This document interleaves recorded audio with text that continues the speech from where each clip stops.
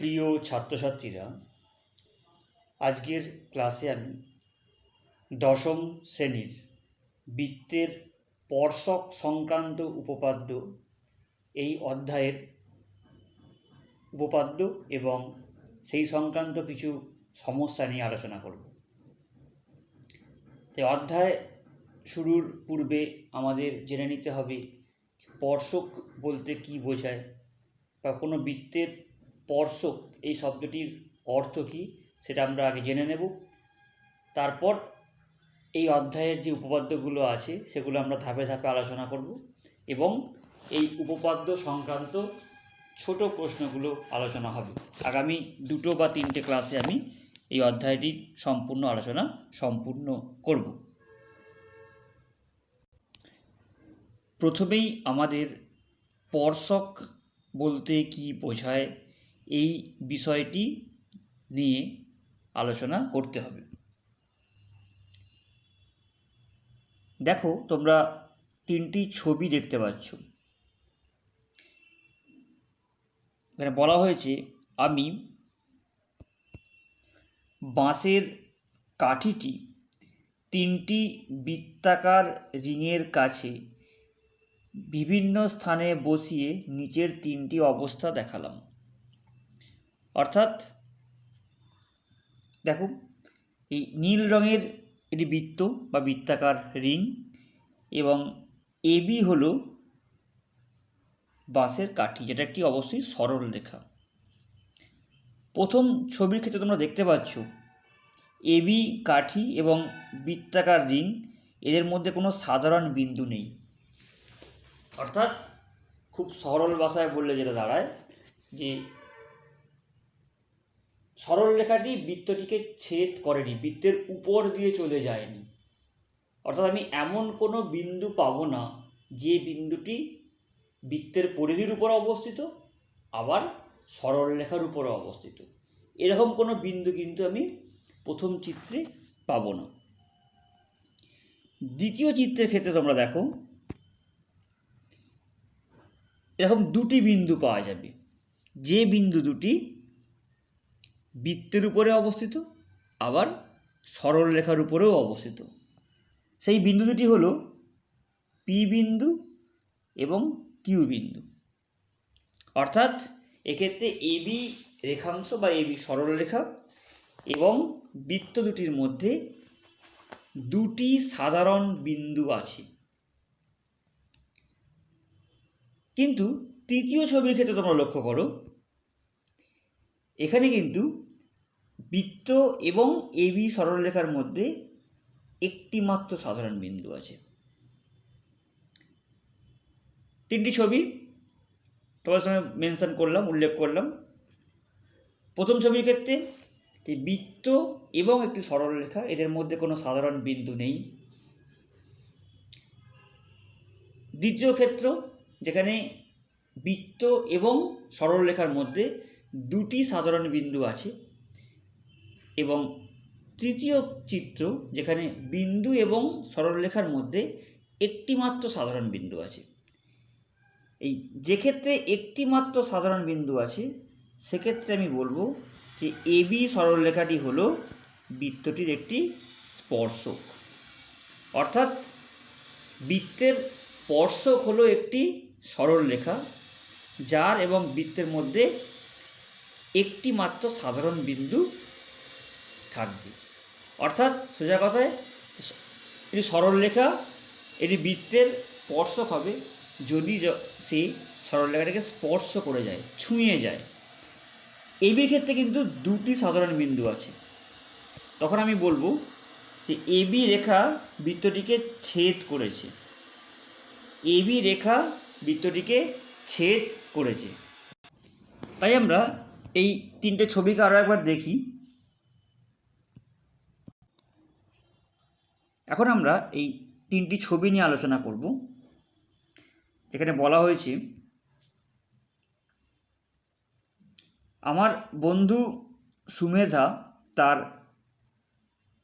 খাতায় আমার মতো একই রকম একটি সরলরেখা ও একটি বৃত্ত পরস্পরকে কী অবস্থানে থাকতে পারে সেটা অঙ্কন করলো। অর্থাৎ আমি খাতার উপর একটি বৃত্ত অঙ্কন করেছি এবং একটি সরলরেখা অঙ্কন করেছি। এক্ষেত্রে বৃত্ত এবং সরলরেখার পারস্পরিক অবস্থান কি হতে পারে তার তিনটি ক্ষেত্র আমি দেখালাম। তিনটে ক্ষেত্রেই হবে। প্রথম ক্ষেত্র যেখানে দেখো যে বৃত্ত এবং সরলরেখা এরা পরস্পরকে ছেদ করেনি।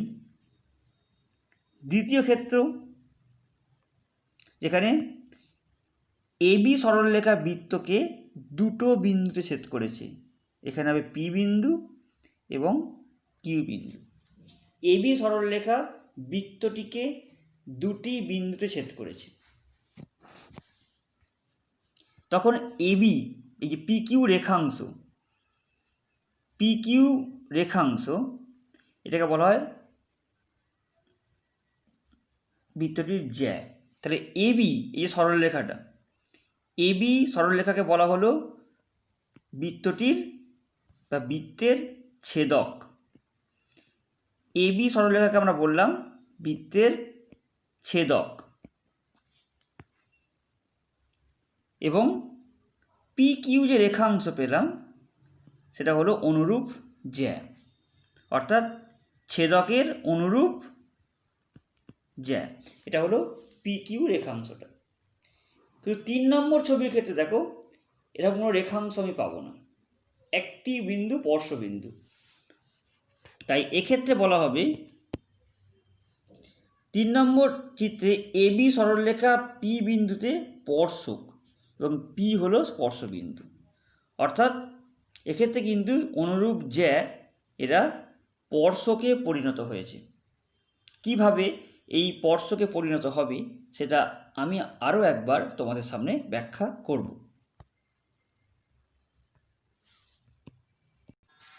তোমরা বোর্ডেতে একটি বৃত্ত দেখতে পাচ্ছ। আমি ধরে নিলাম যে একটি সরলরেখা এবি,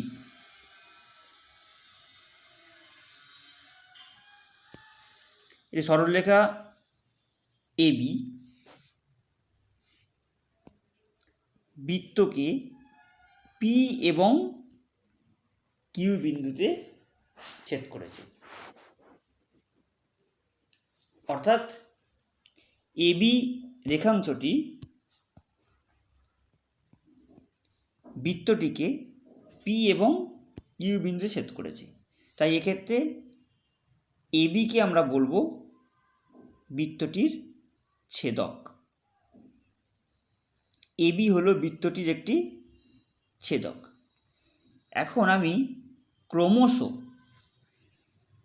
কিউ তীর চিহ্ন দিয়ে পি বা কিউ টেন্স টু পি, অর্থাৎ কিউ বিন্দুটাকে পি বিন্দুর দিকে নিয়ে আসছি।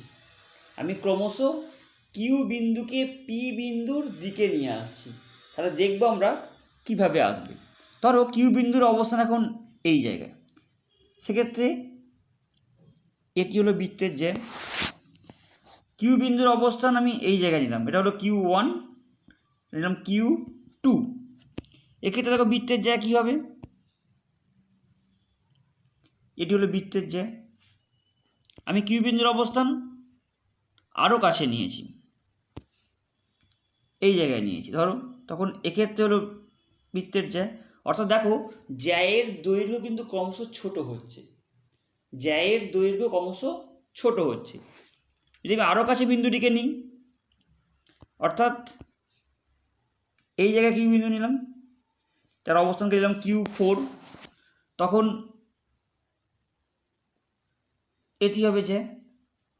অর্থাৎ যত এই কিউ বিন্দু পি বিন্দুর কাছাকাছি যাবে ততই কিন্তু যে জ্যা ছিল সেটা স্পর্শকে পরিণত হবে। কারণ একটা সময় আসবে যে কিউ বিন্দুটা পি বিন্দুর খুব কাছাকাছি চলে আসবে, এই পি এবং কিউকে আমরা সেপারেট করতে পারবো না, তখন কিন্তু সরলরেখাটি জ্যা থেকে স্পর্শকে রূপান্তরিত হবে। আশা করি তোমরা সকলেই বুঝতে পেরেছো যে কীভাবে আমরা জ্যা থেকে স্পর্শকে রূপান্তরিত করতে পারি। এখন আমি তোমাদের পাঠ্যপুস্তকের বৃত্তের স্পর্শক সংক্রান্ত যে উপপাদ্য সেটা নিয়ে আলোচনা করব। উপপাদ্যের মূল বিষয়টি দেখো আমি মার্ক করে দিয়েছি, তোমরা পড়ো। যেখানে বলা হয়েছে যে কোনো বৃত্তের কোনো বিন্দুতে স্পর্শক এবং ওই স্পর্শ বিন্দুগামী ব্যাসার্ধ পরস্পর লম্ব। অর্থাৎ বৃত্তের উপর কোনো বিন্দুতে আমি স্পর্শক অঙ্কন করলাম এবং স্পর্শ বিন্দুগামী ব্যাসার্ধ নিলাম, দেখা যাবে তারা পরস্পর লম্ব হবে। তাহলে আমি আগে মূল বিষয়টি তোমার সামনে বোঝানোর চেষ্টা করি যে উপপাদ্যে কি প্রমাণ করতে চাওয়া হলো। প্রথমেই দেখো তোমাদের একটি বৃত্ত অঙ্কন করে দেখাই। এটি হলো বৃত্ত, যে বৃত্তের কেন্দ্র হলো ও,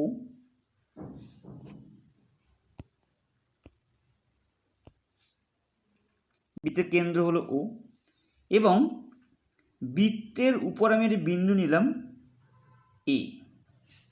বৃত্তের উপর একটি বিন্দু নেওয়া হলো এ। তারপর আমি এ বিন্দুতে বৃত্তটির একটি স্পর্শক অঙ্কন করব। এ বিন্দুতে বৃত্তটির একটি স্পর্শক অঙ্কন করা হবে। ধরে নেওয়া হলো সেই স্পর্শকটি হলো পি কিউ।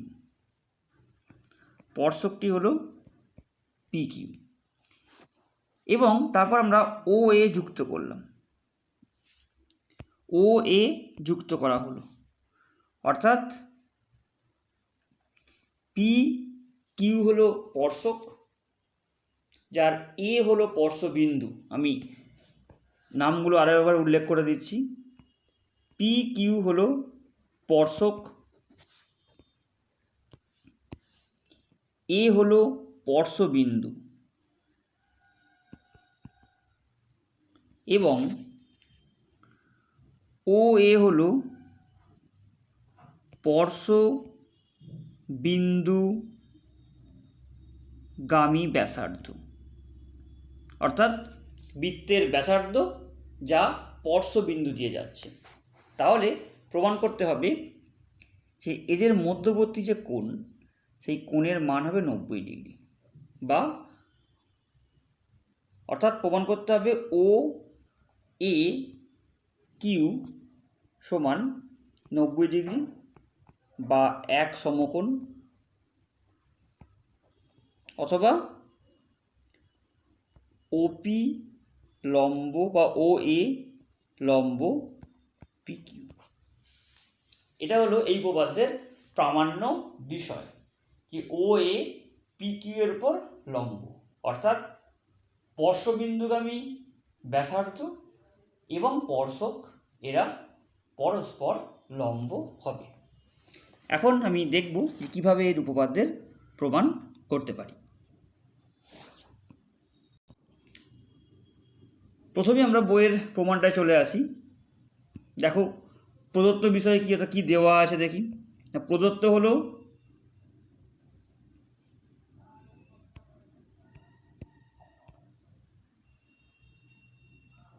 হলো যে ও কেন্দ্রীয় বৃত্ত যার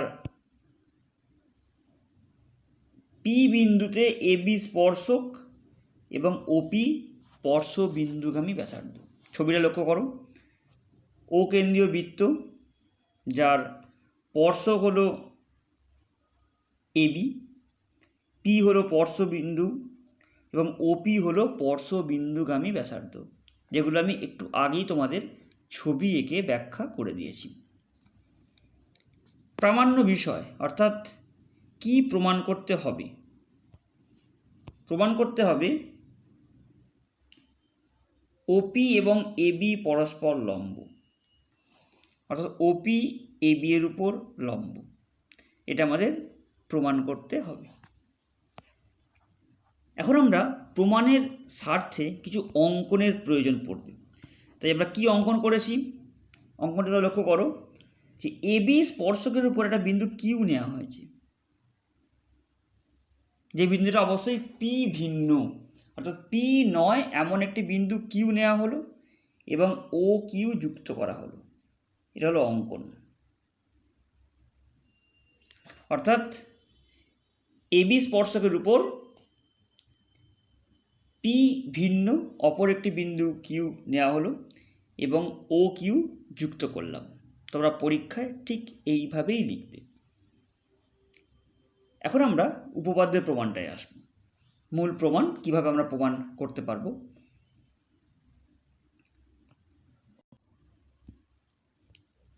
মূল প্রমাণে আসার আগে আমি ছবিটি তোমাদের সামনে আরও একবার উল্লেখ করে দিই। এটি বৃত্ত,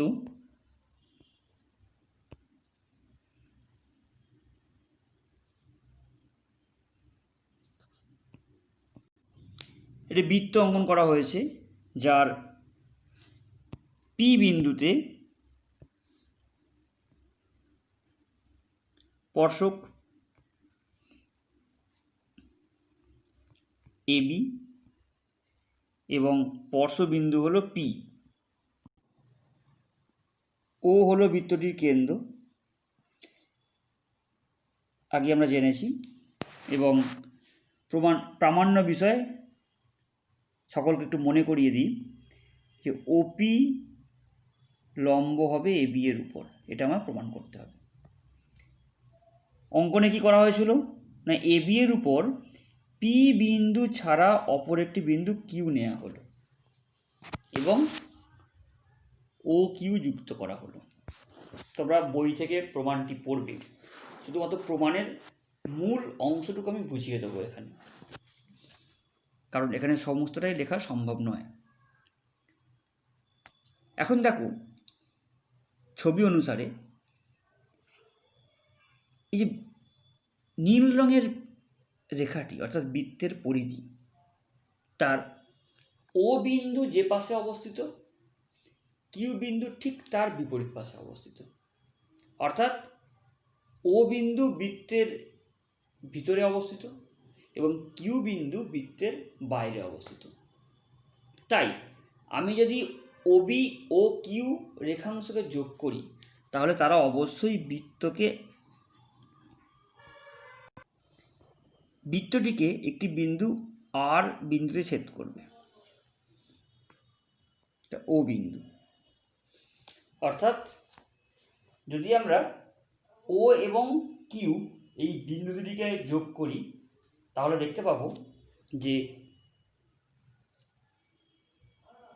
ও কিউ রেখাংশটি অবশ্যই বৃত্তের পরিধিকে একটি বিন্দুতে ছেদ করবে। সেই বিন্দুর নাম আমরা দিয়েছি আর বিন্দু। এখন দেখো ও আর অবশ্যই ছোট হবে ও কিউ এর থেকে, ছবিটাই বলছে। এই অংশটুকু দৈর্ঘ্য হলো ও আর, তোমরা ছবিটা লক্ষ্য করো তাহলে বিষয়টা আরো ভালোভাবে বুঝতে পারবে। এবং এই পুরো অংশটি হলো ও কিউ। অর্থাৎ ছবি থেকে আমরা খুব সহজেই বলতে পারবো যে ও আর ও কিউ এর থেকে ছোট হবে, কারণ আর বিন্দুটি ও এবং কিউ এর ঠিক মাঝখানে অবস্থিত, অর্থাৎ মধ্যবিন্দু নয়, মধ্যবর্তী স্থানে অবস্থিত। আবার দেখো আমরা বলতে পারবো ওপি এবং ও আর সমান, ওপি এবং ও আর সমান। কারণটা তোমরা সকলেই জানো, কারণটি হলো যে একই বৃত্তের ব্যাসার্ধ। দেখো ছবি অনুযায়ী ওপি সেটাও বৃত্তের ব্যাসার্ধ এবং ও আর সেটাও বৃত্তের ব্যাসার্ধ। অর্থাৎ ওপি সমান ও আর, ওপি সমান ও আর, এটা আমরা বলতে পারবো। কিউ আর নয়, সরি, ওপি সমান ও আর। এখন এই দুটি সম্বন্ধ থেকে আমরা লিখতে পারবো যে ওপি লেস দেন ও কিউ, কারণ ওপি ও কিউ এর সঙ্গে সমান আমরা দ্বিতীয় সম্বন্ধ থেকে এটা বলতে পারছি। আবার প্রথম সম্বন্ধ বলছি ও আর ও কিউ এর থেকে ছোট, তার মানে অবশ্যই ওপি ও কিউ এর থেকে ছোট হয়ে গেল। এখন দেখো কিউ বিন্দু আমরা যেখানে খুশি নেওয়া হোক না কেন, এটা কিন্তু কিউ এর যে কোনো অবস্থানের জন্য সত্য। কিউ এর যে কোনো অবস্থানের জন্য সত্য। অর্থাৎ কিউ বিন্দু আমি এবি রেখাংশের ওপর যেখানে নিই না কেন, ওপির মান কিন্তু হবে সব থেকে ছোট। ও কিউ এর মান কিন্তু কখনোই ওপির থেকে ছোট হবে না। এখন তোমাদের আরও একটা বিষয় মনে করিয়ে দিই, যে তোমরা নিচু ক্লাসে একটি উপপাদ্য পড়েছিলে, যেখানে বলা হয়েছিল যে এটি সরলরেখা, তার বহিস্থ একটা বিন্দু হচ্ছে পি। এই পি বিন্দু থেকে আমি অসংখ্য সরলরেখা আঁকছি। পি বিন্দু থেকে আমি এই বৃত্ত পর্যন্ত অসংখ্য সরলরেখা অঙ্কন করতে পারি। তার মধ্যে যে রেখাংশটি এর উপর লম্ব হয়ে যাবে তার দৈর্ঘ্য হবে কিন্তু ক্ষুদ্রতম। অর্থাৎ ওপি যদি, বা সরি এক্ষেত্রে পি কিউ যদি ওই সরলরেখার উপর লম্ব হয়, তাহলে পি কিউ এর দৈর্ঘ্যই হবে সব থেকে ছোট। এই বিষয়টাই আমরা এখানে কাজে লাগাবো, যে ও বিন্দু থেকে আমরা এবি রেখাংশের উপর বিভিন্ন সরলরেখা অঙ্কন করতে পারি। কারণ কিউ বিন্দুর অবস্থান পাল্টালেই কিন্তু ও কিউ রেখাংশটি পাল্টাবে। কিন্তু আমি দেখলাম যে ওপি হচ্ছে সব থেকে ছোট, অর্থাৎ ওপি ক্ষুদ্রতম।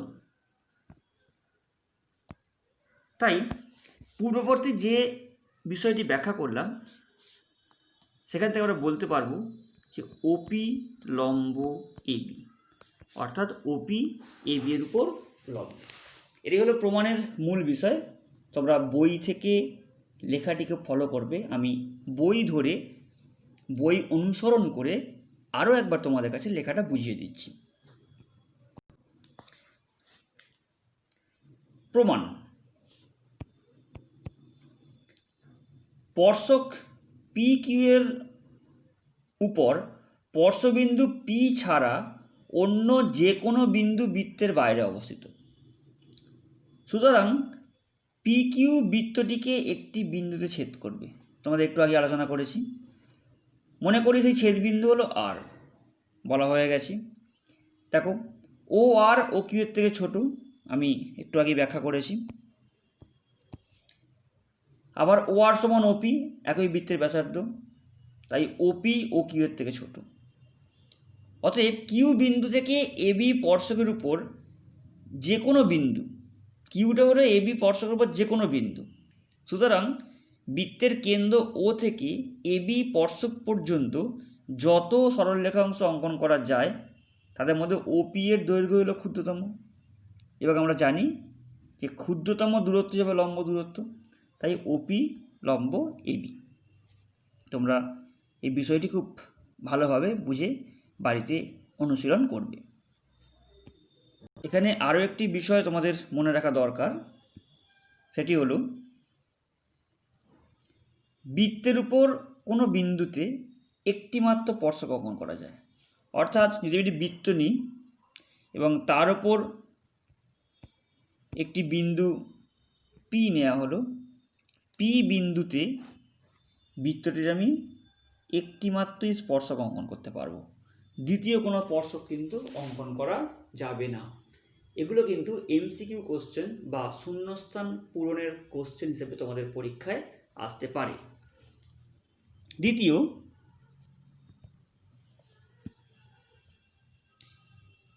স্পর্শবিন্দুতে স্পর্শকের উপর অঙ্কিত লম্ব বৃত্তের কেন্দ্রগামী। অর্থাৎ যদি স্পর্শবিন্দুতে আমি লম্ব আঁকি, অর্থাৎ আমি প্রথমে বৃত্ত নিয়েছি, তার উপর একটি স্পর্শবিন্দু নিয়েছি পি, এবং এখানে লম্ব আঁকছি, সেই লম্ব অবশ্যই কিন্তু বৃত্তের কেন্দ্র দিয়ে যাবে। অর্থাৎ বৃত্তের স্পর্শকের উপর স্পর্শবিন্দুতে যদি আমরা লম্ব অঙ্কন করি, তাহলে সেই লম্ব অবশ্যই বৃত্তের কেন্দ্রগামী হবে। এগুলো কিন্তু শূন্যস্থানের জন্য তোমরা খুব ভালো করে মনে রাখবে। এগুলোর প্রমাণ তোমাদের এই মুহূর্তে করার দরকার নেই। আজকের ক্লাসের শেষ পর্যায়ে আমি তোমাদের পাঠ্যপুস্তকের কোষে দেখি 15 পার্ট 1-এর একটি ছোট প্রশ্ন নিয়ে আলোচনা করব। আমি প্রশ্নটাকে মার্ক করে দিলাম, তোমরা পড়ে নাও। প্রশ্নটি বলা হচ্ছে যে মাসুম ও কেন্দ্রীয় একটি বৃত্ত অঙ্কন করেছে, যার এবি একটি জ্যা। বি বিন্দুতে একটি স্পর্শক অঙ্কন করা হয়েছে, যা বর্ধিত এওকে টি বিন্দুতে ছেদ করল। কোণ বি এ টি সমান 21 ডিগ্রি হলে কোণ বি টি এ এর মান নির্ণয় করো। তোমরা তোমাদের কাছে যে বই আছে, বইটি থেকে অঙ্কটি আরও একবার পড়ে নাও। আমি ছবি এঁকে অঙ্কটির সমাধান তোমাদের করে দেখাবো। অঙ্কটির সমাধানের প্রথম পর্যায়ে আমরা ছবিটি অঙ্কন করি। অর্থাৎ এটি বৃত্ত,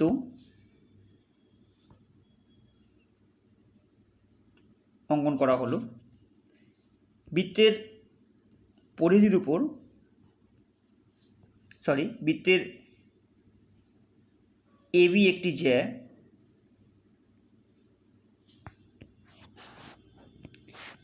বি বিন্দুতে বৃত্তটির স্পর্শক অঙ্কন করা হয়েছে এবং ও হলো বৃত্তটির কেন্দ্র। এখন এ ওকে যদি আমরা বর্ধিত করি, তাহলে এই রেখাংশ দুটি পরস্পরকে টি বিন্দুতে ছেদ করবে। এখন প্রদত্ত তথ্য অনুসারে কোণ ও এ বি এর মান 21 ডিগ্রি বলে দেওয়া হয়েছে, তাহলে এই কোণটির মান নির্ণয় করতে বলা হয়েছে।